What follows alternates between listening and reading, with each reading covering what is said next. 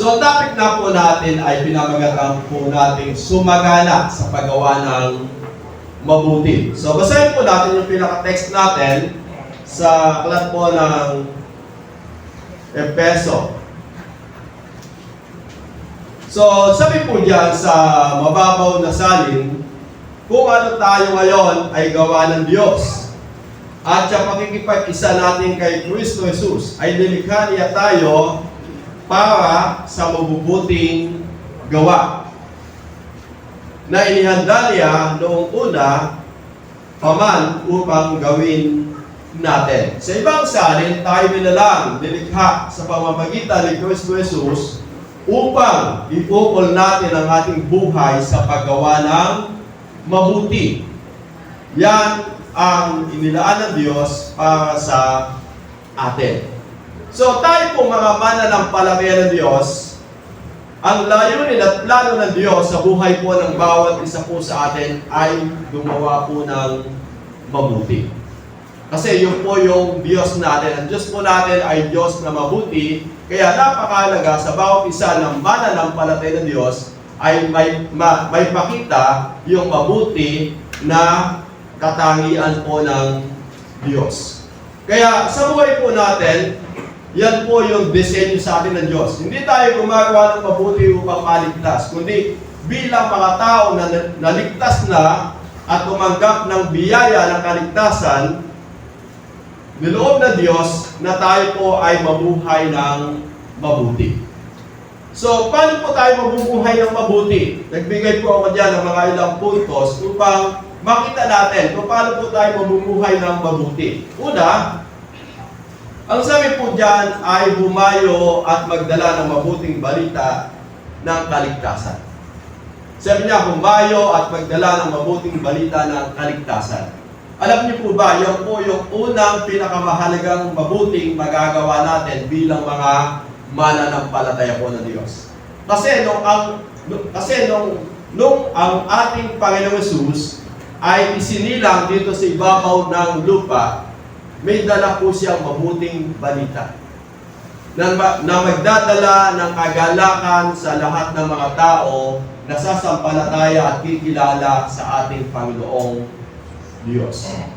So, kung paano po si Jesus, nagdala po siya ng mabuting balita sa lahat ng nilikha ng Diyos, nais ng Diyos na ganoon din po yung gawin po natin bilang mga mananampalataya ng Diyos. At sabi ko nga, ito po yung pinakamahalagang mabuti na magagawa natin bilang mananampalataya po ng Diyos.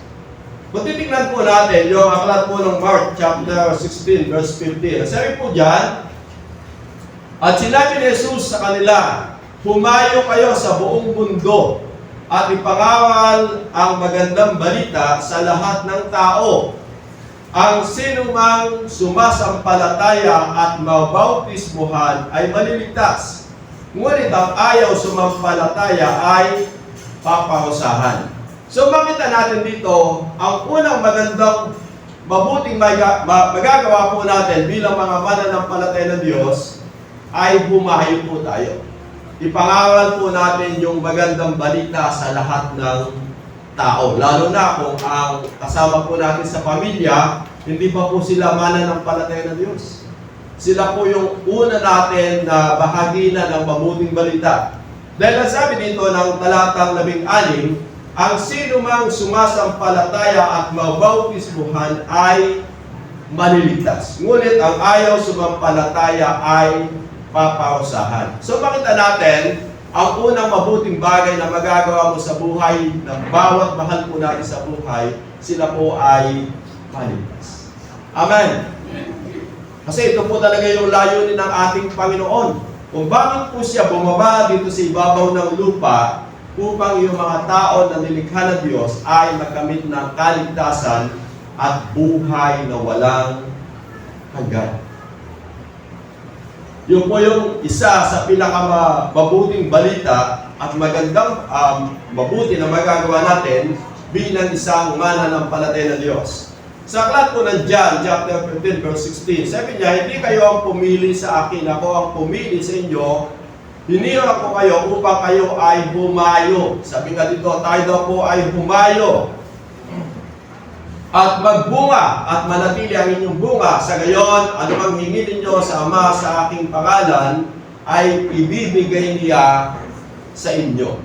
So, habang po tayo ay bumahayo, nagasik ng mabuting balita ng kaligtasan, upang mula doon tayo po ay magbunga, ang pangako sa atin ng Diyos, sa gayon, anumang hingi ninyo sa Ama sa aking pangalan, ay ibibigay niya sa inyo. So, bilang isang mabuting kamanggagawa ng Diyos, mabuti din po yung Diyos na magpapala at tutugon at magkakaloob ng ating mga pangangailangan. Amen. Kumbaga sana tayo po yung mga kamanggagawa ng Diyos na magasik po ng kabutihan, gumawa ng mabuti, at mula din po doon ang Diyos po ang magpapala sa buhay natin. Kaya si Apostol Pablo, lagi niyang sinasabi, magpakasipag kayo sa gawain ng Diyos. Yaman inyong nalalaman na ang lahat ng inyong ginagawa, hindi ito mawawalan ng kabuluhan. Kaya napakahalaga na makita natin. At pasilin natin si Apostol Pablo, isa po siyang magandang halimbawa sa aklat po ng Pilipos. Sabi niya dito, pasilin po natin yung nagawa ng mabuting balita nung si Apostol Pablo ay kumilala sa ating Panginoong Jesus. Ang sabi niya, ngunit dahil kay Kristo, ang mga bagay na pinapahalagahan ko noon ay itinuring kong walang kabuluhan ngayon. Oo, itinuturing kong walang kabuluhan ang lahat ng bagay bilang kapalit ng lalong mahalaga ang pagkakilala kay Kristo Jesus na aking Panginoon. Ang lahat ng bagay ay pinalagay kong walang kabuluhan at itinuring kong basura, makamtan ko lamang si Kristo. Alam niyo po ba, ang pinakamahalaga sa lahat ng mahalaga sa buhay ng isang tao, siya po yung makakilala kay Kristo. Ito po yung pinakamahalaga. Kaya ito po yung pinakamabuting magagawa natin bilang isang mananampalataya po ng Diyos. Sabi niya dito, ulitin ko lang ha.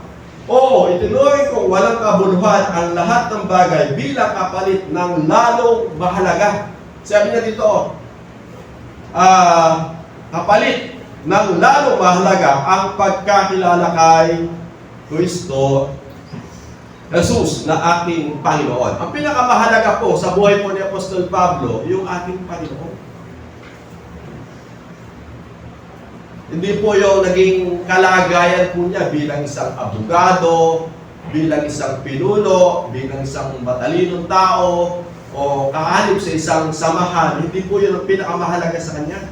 Ang pinakamahalaga sa buhay ni Apostol Pablo, yung nakilala po niya yung ating Panginoong Jesus.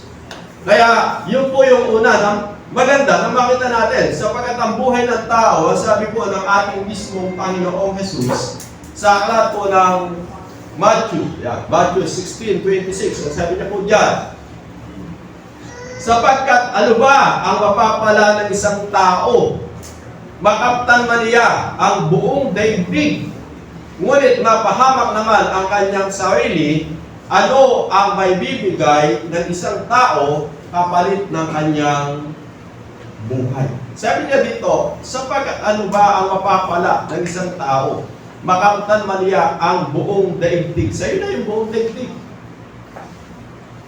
Noon nga po minsan, nag-ano po ako sa Facebook, sa video, doon po kasi pinapakita ko sino po yung mga pinakamayaman. Diba sa Pilipinas, sino ba yung pinakamayaman? Diba nandun po sila yung mga kilalang tao.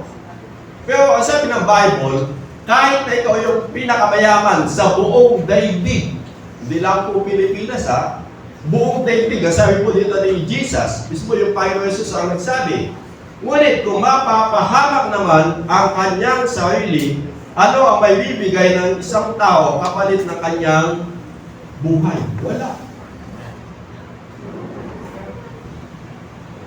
Sa'yo na po yung buong daigdig. Kung mapapahamak naman yung buhay mo, wala daw po kabuluhan. Amen! Amen.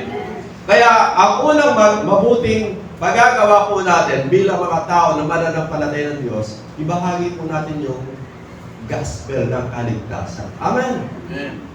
Kasi yun po yung pinakamahalaga. Bagamat sabi ko nga, bilang mga tao, nagsusumika po tayo sa buhay na ito.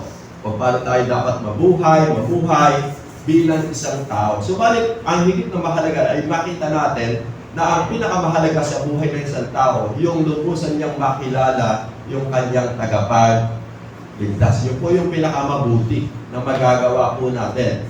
At kapag ginagawa po natin yun, lagi natin napapakinggan yung Matthew 6:33. Di ba? Sabi niya doon, unahin mo yung Panginoon at mamuhay ka ayon sa kanyang kalooban at ang lahat ng bagay na kailangan mo, siya na po yung magbibigay ng additional blessing. Amen! Amen. Hindi mo hahanapin yung blessing. Yung blessing ang pupunta sa iyo. Yun po yung maganda. O minsan po kasi, dahil inuuna po natin yung blessing, huli po yung nagbibigay ng blessing, kaya nahihirapan po tayo bilang tao. So, lagi nating tingnan na mahalaga at napakahalaga ng Panginoon na siya po yung unahin natin at sundin natin upang lahat ng bagay na kailangan natin patuloy na ipagkaloob pa sa atin ng Diyos. Kaya yun po yung una. Sabi nga na pwede natin gawing mabuti. Yung umayo po tayo at magdala ng mabuting balita ng kaligtasan. Kaya kung yung pamilya mo, yung mga mahal mo sa buhay, yung pagpuligtas, yung po yung una natin gawin. Na mabuting bagay na mananatili sa kanila pong mga buhay. Kasi yung yaman dito sa mundo, ano lang yan come and go. Ngayon, may pera ka 1 milyon. Pagka namasyal ka, yung 1 milyon mo, nababawasan niya. Hanggang sa dumating pa lang, wala na. Pero yung kaligtasan, mananatili po yun. Amen! At yung buhay po dito, lagi nating sinasabi, pansamantala lang, di ba? Papalag ka kapag inabot ka ng 90. At doon sa 90 na yon, palagay mo, ilang gamot na yung iniinom mo. Palagay mo kaya. Ilang maintenance na yon. Ang dami na siguro, di ba? Di ba kaya, ano pa lang? 50 pa lang. Ang dami nang iniinom na mga maintenance, di ba? Yung abutin ka pa ng 90. Pagkatapos doon, patay ka. Ang tanong doon, pagkatapos ba ng 90, ikaw ba yung magkakamit ng kaligtasan at buhay na walang hanggan? Yun po yung maganda. Amen! Sapagkat yung buhay na yun ay pangwalang hanggan. Hindi po kagaya ng buhay dito, pansamantala lang ang buhay dito. Kaya, maganda na makita natin bilang mga mananampalataya ng Diyos, una po natin gawin ay humayo at magdala ng mabuting balita po ng kaligtasan. Yun po yung pinakamagandang mabuti natin pwedeng magawa. Pangalawa, magtanim ng kabutihan. Alam niyo po ba yung pagtatanim ng kabutihan, hindi po siya isang kalugihan? Kundi ito po ay isang pakinabang sa buhay natin. So, basahin po natin yung aklat po ng Galacia.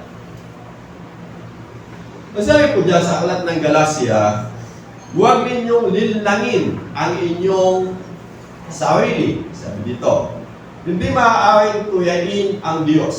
Sa ibang salin dyan ay dayain. Kung ano ang itinanim ng tao, yun din ang kanyang aanihin. Ang nagtatanim para sa sarili, niyang laman ay aani ng pagkabulok mula sa laman. Ngunit ang nagtatanim para sa espiritu ay aani ng buhay na walang hanggan. Kaya huwag tayo mapagod sa paggawa ng mabuti. Sapagkat pagdating ng takdang panahon, tayo ay aani kung hindi tayo susuko. Kaya nga, basta may pagkakataon, gumawa tayo ng mabuti sa lahat ng tao, lalo na sa mga kapatid natin sa pananampalataya. So, bigyan po natin ito ng konting liwanag. Ang sabi dyan ni Apostol Pablo ay napakahalaga na magtanim po tayo bilang mga mananampalataya po ng Diyos. At ipinakita din po dito ng ating Panginoong Yesus sa Luke chapter 6, bago po natin bigyan din yan, sa Luke 6:45. Ang sabi niya po dyan, ang mabuting tao ay naglalabas ng mabuti mula sa kanyang pusong sagana ng kabutihan. Samantalang ang masamang tao naman ay naglalabas ng masama mula sa kanyang pusong puno ng kasamaan. Sapagkat kung ano ang nag-uumapaw sa puso, ang siyang sinasabi ng tao. So makita natin dito, yung Panginoon na sabi niya, ang mabuting tao ay naglalabas ng mabuti. Tama po ba yun? Siyempre, pagka mabuti ka, mabuti yung gagawin mo. Pag masama ka, masama yung gagawin mo. At yabang tayo ay tumanggap ng mabuting bagay na nagmumula sa Diyos, tunay nga na tayo po ay gagawa po ng mabuti. Amen! Hindi po kasi pwedeng mamunga yung mangga ng santol. Tama.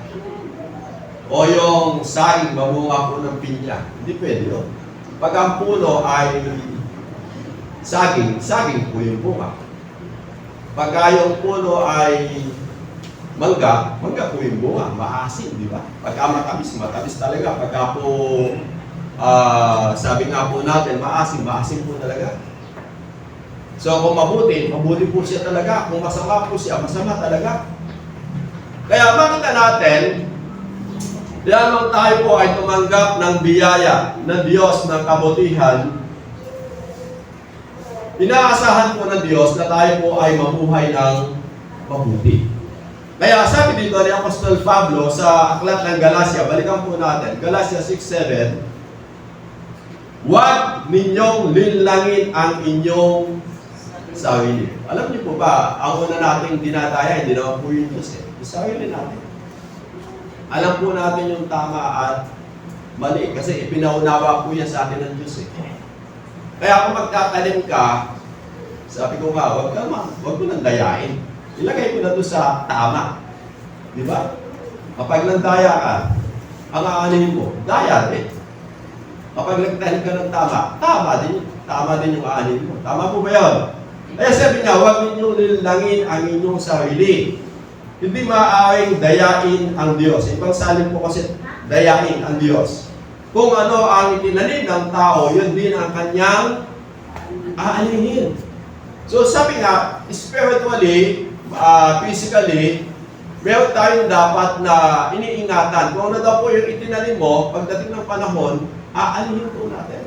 Ano po ba yun? Una, ang nagtatanim para sa sarili niyang laman ay aanin ng pagkabulok mula sa laman. Ngunit ang nagtatanim para sa espiritu ay aanin ng buhay na walang hanggan. So tayo po kasi, binubuo po tayo ng, sabi ko nga, katawan, kaluluwa at espiritu.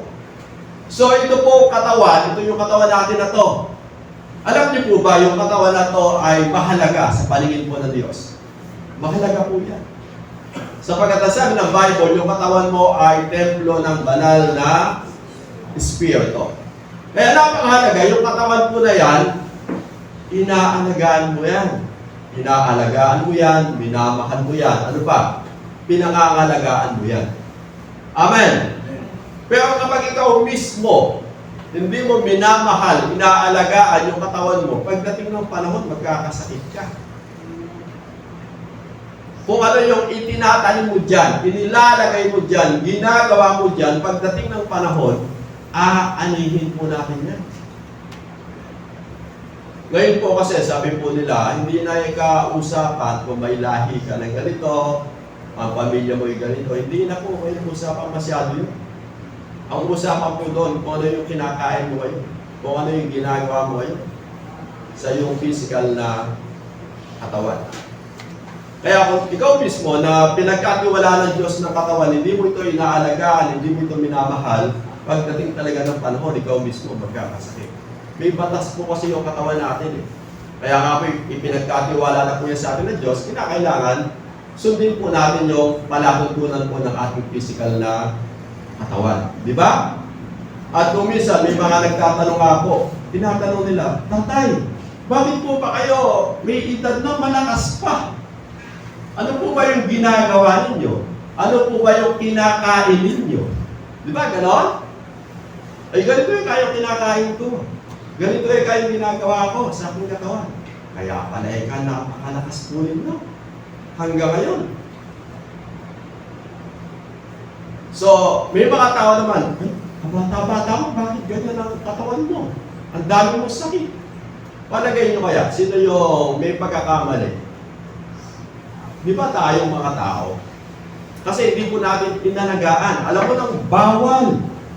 Kung ano yung itinanim mo sa katawan mo, pagdating ng panahon, pakikinabangan mo.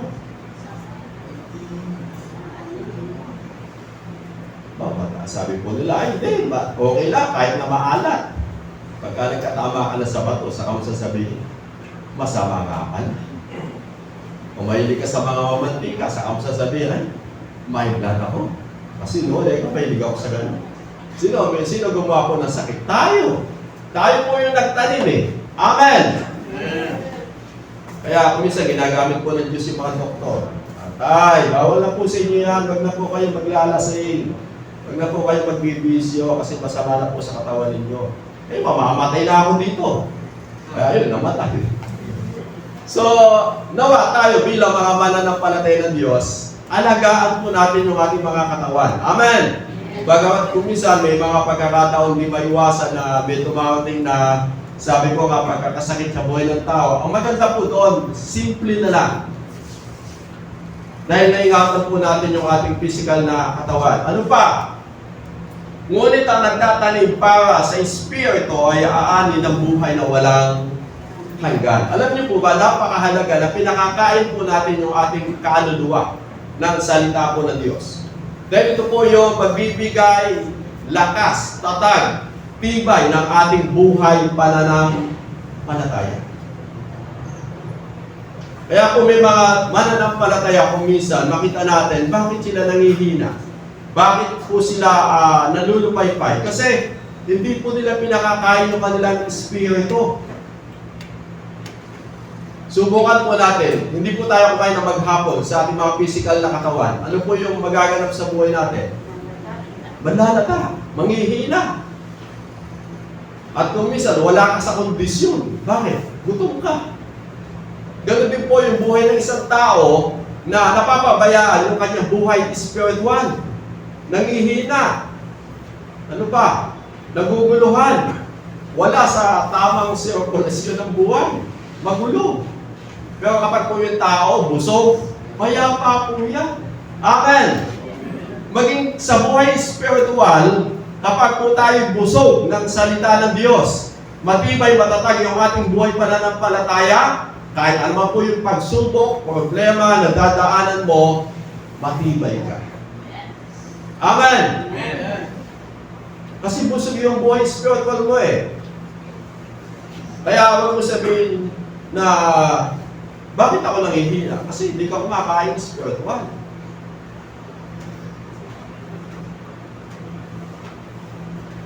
Kaya sabi niya dito, ulitin ko lang, ngunit ang nagtatanim para sa kanyang espiritu ay aani ng buhay na walang hanggan. Ibig sabihin, yung nagtatanim ka sa spiritual mo, talagang pinapakain mo siya. Pinalalago mo siya bilang isang mananampalataya po ng Diyos. Pero kung hindi mo siya pinalalago, natural, manghihila po yan. Manlalata po yan at magiging magulo yung takbo ng buhay ng isang tao. Wala pa ako nakita na maganda at naging maayos yung buhay ng tao na yung kanyang espiritu ay hindi niya pinakakain. Pero kapag yung tao, pinakakain niya yung kanyang buhay spiritual, payapa po siya. Sabi na dito, kaya huwag tayong mapagod sa paggawa ng mabuti. Sapagkat pagdating ng takdang panahon, tayo ay aali kung hindi tayo susuko. Sabi na dito, kaya huwag tayong mapagod. Huwag tayong mapagod. Amen. Sabihin mo kasi yung katabi, huwag ka mapagod. Gumisan po kasi bilang tao, gusto mo na sumuko eh. Lagi na lang ako, lagi na lang ako. Eh, alam niyo po ba, mas mapalad yung nagbibigay kaysa binibigyan. Mas mapalad yung tumutulong kaysa tinutulungan. Mas mapalad yung gumagawa ng kabutihan kaysa siya yung ginagawa. Di ba? Kasi mapalad ka dun eh. Kaya wag po tayo mapagod sa paggawa ng mabuti sapagkat dating ng takdang panahon, tayo ay aani kung hindi tayo susuko. Tayo aani. Lagi mo tatandaan, aani ka pagdating ng panahon. Kasi ang kausap po natin dyan, hindi naman tao eh. Diyos yung kausap mo. Napasin nyo ba yun? So, balikan ko lang, patuloy natin makuha. Sabi niya dito, huwag ninyo linangin ang inyong sarili, hindi maaaring dayain ng Diyos. So, sabi nga, ang Diyos po yung kausap po dito. Diyos po yung nakakaalam doon sa ginagawa po nating pagtatanim, doon po sa ginagawa po nating mabuti bilang mga mananampalataya po ng Diyos. At sa takdang panahon, tayo po ay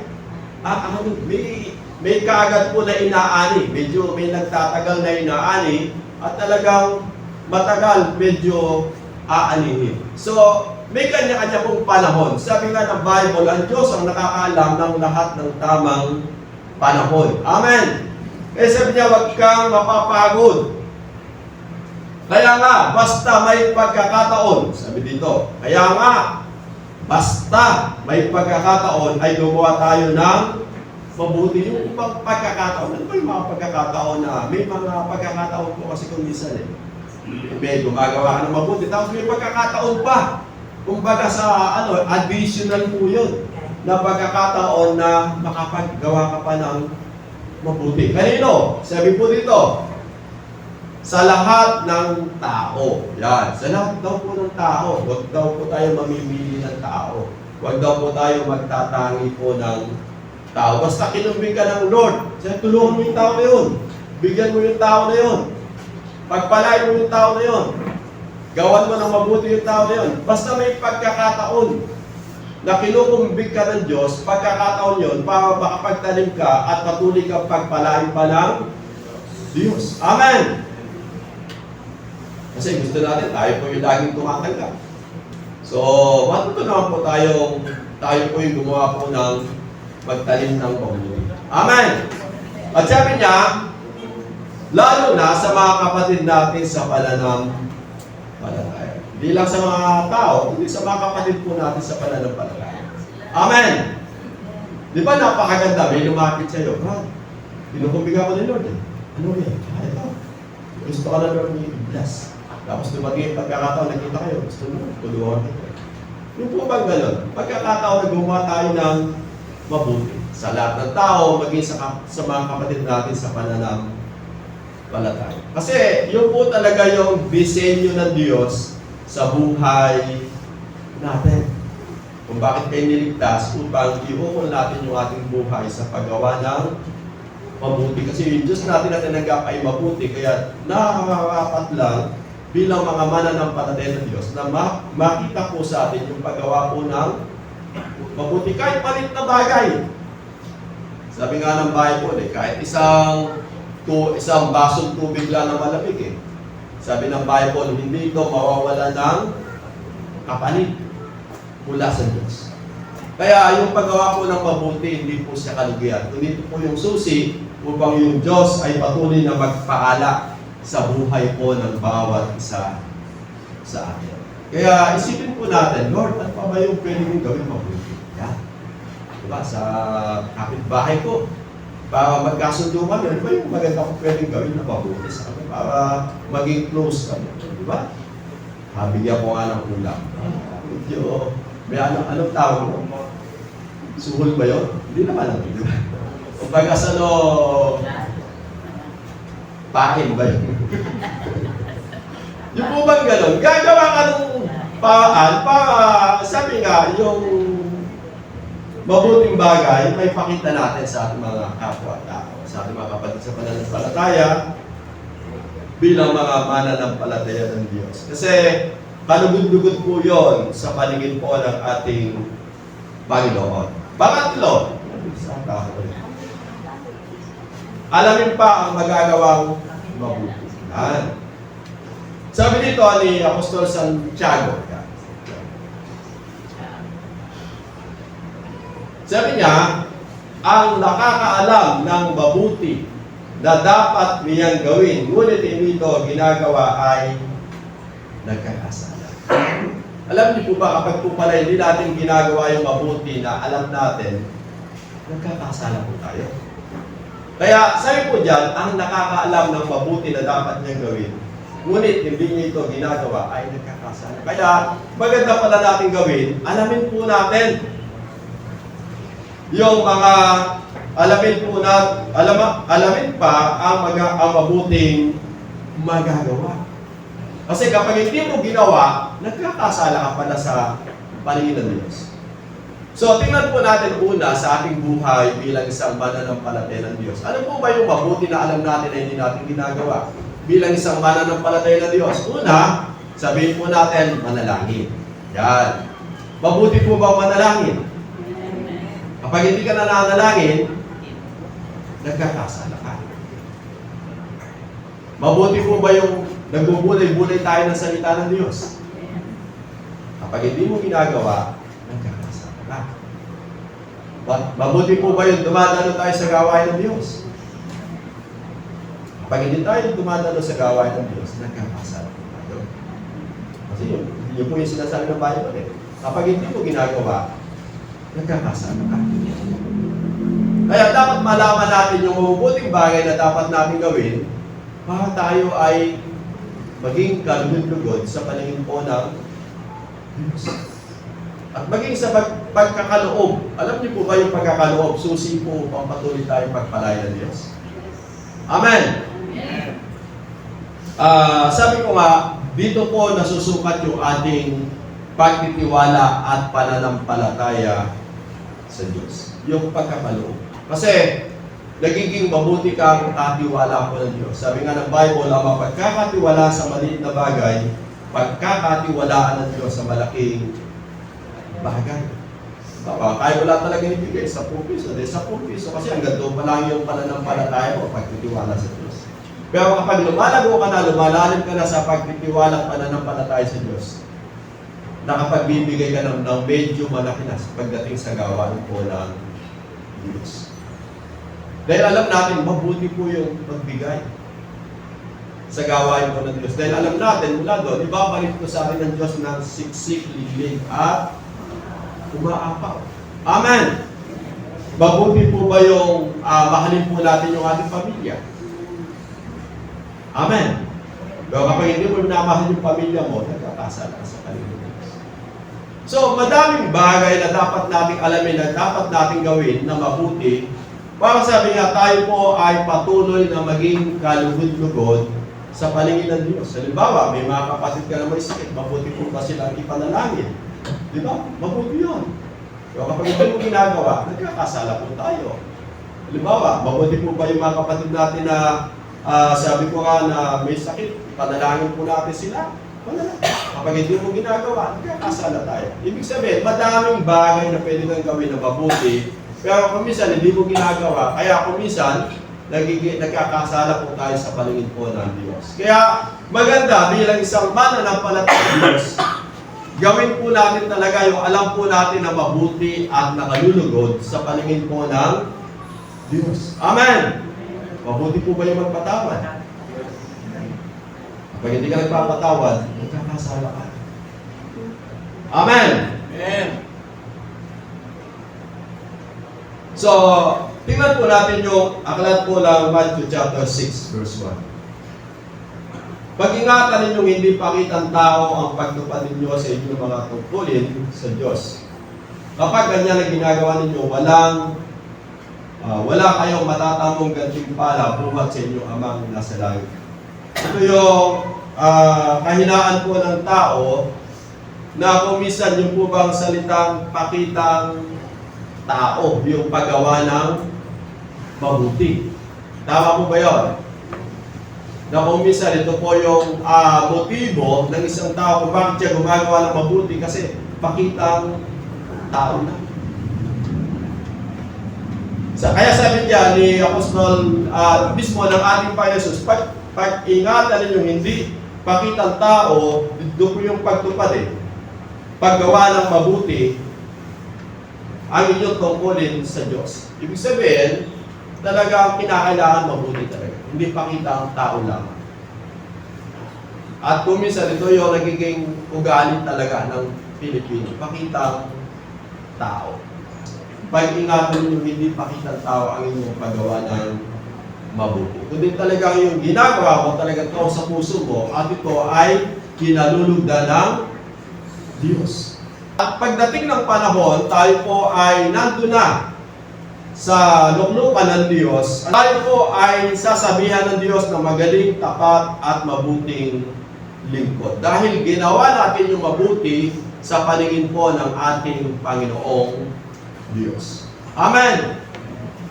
Kaya sa buhay po natin, habang tayo po ay binibigyan ng buhay, habang tayo ay mabubuhay pa dito sa ibabaw ng lupa, bilang mga mananampalataya ng Diyos, tayo po ay sumagana sa paggawa ng mabuti. Amen! Dahil yan po yung disenyo ng Diyos sa buhay ng bawat isa, na tayo po ay kanyang nilalang, nilikha sa pamamagitan ni Kristo Jesus upang iukol natin ang ating buhay sa paggawa ng mabuti. Amen!